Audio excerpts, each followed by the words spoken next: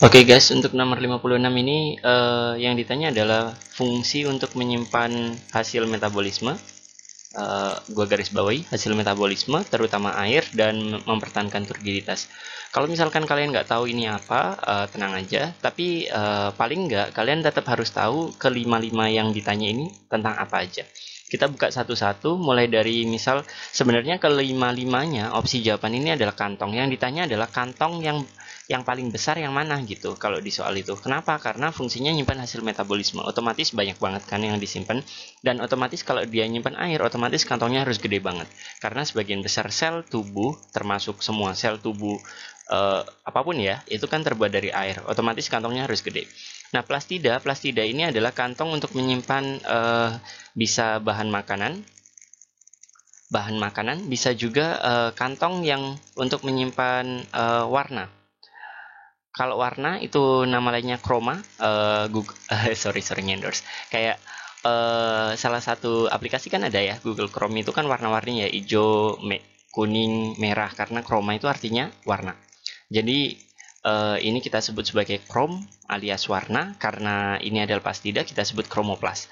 Jadi plastida itu kantong yang spesifik nyimpen warna, kita sebut chromoplast, atau makanan.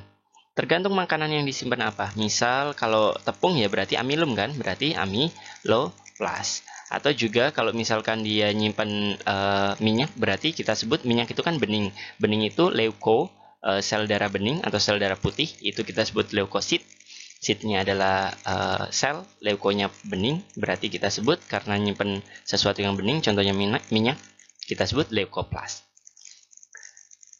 Sorry, tulisannya agak berseni. Nah, yang kedua adalah lisosom. Lisosom itu adalah lisis ya, liso itu artinya lisis itu artinya adalah pecah. Artinya adalah kantong buat pemecahan. Maksudnya adalah kantong buat pemecahan. Maksudnya pemecahan itu maksudnya adalah kantong buat pencernaan. Pencernaan kan memecah makanan kan? Pencernaan. Nah, peroksisom ini dari kata peroksida sama som ya, som kantong ya, kayak lisosom. Berarti fungsinya adalah untuk memecah peroksida. Memecah peroksida. Peroksida itu apa? Peroksida itu racun. Peroksida itu racun.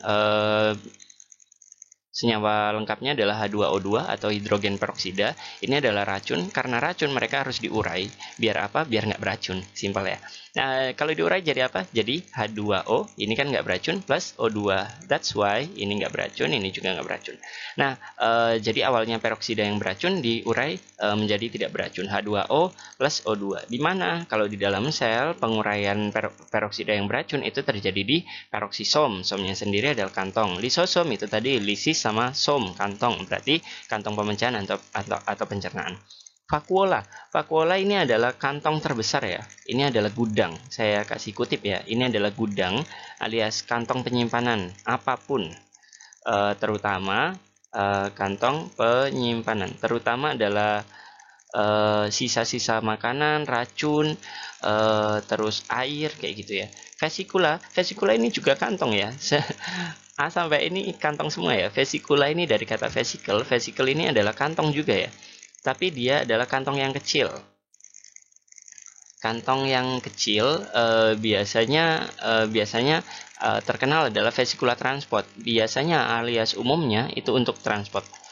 Itu umumnya ya. Umumnya untuk transport. Transport.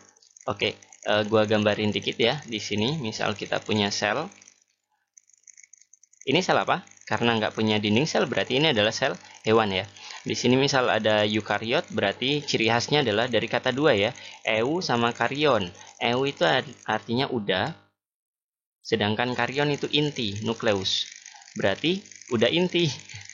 Maksudnya adalah udah punya inti, udah punya nukleus. Jadi ini adalah nukleus, misal ini nukleus, terus ini adalah selnya.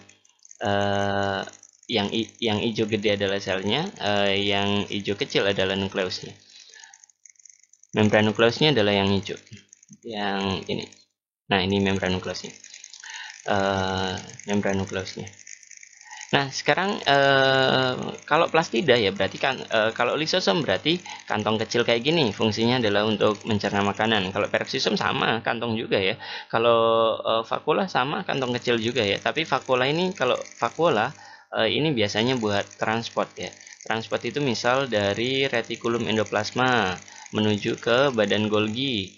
Nah, di sini kan ada jarak nih, ketemu ke sini nih jarak. Nah, jarak ini adalah biasanya dikirim oleh vakuola. Nah, ini kita sebut sebagai vakuola. Vakuola. Jadi yang transport dari misal retikulum endoplasma ke badan Golgi kayak gitu.